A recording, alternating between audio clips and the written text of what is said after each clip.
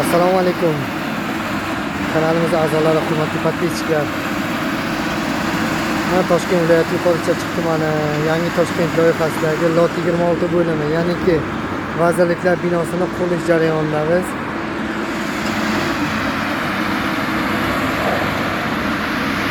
Kechagi ishlarimiz davom etgan holatda yerlarni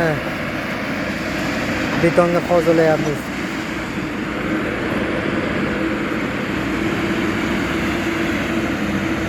Bu yerda aholi yashash uchun qurilgan uylar, mana o'zi qadroslar bo'yniki etajlik domlarimiz barisi qurib bitkazilgan.